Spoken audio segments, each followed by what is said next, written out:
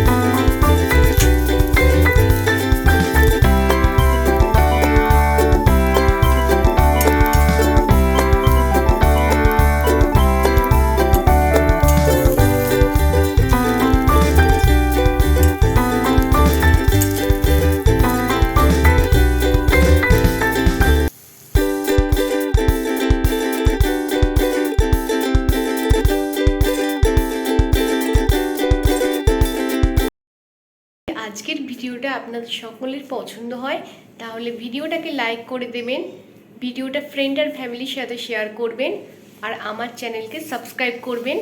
তাহলে আপনাদের সকলের সাথে দেখা হচ্ছে নেক্সট কোনো ভিডিওতে। আজকের জন্য টাটা।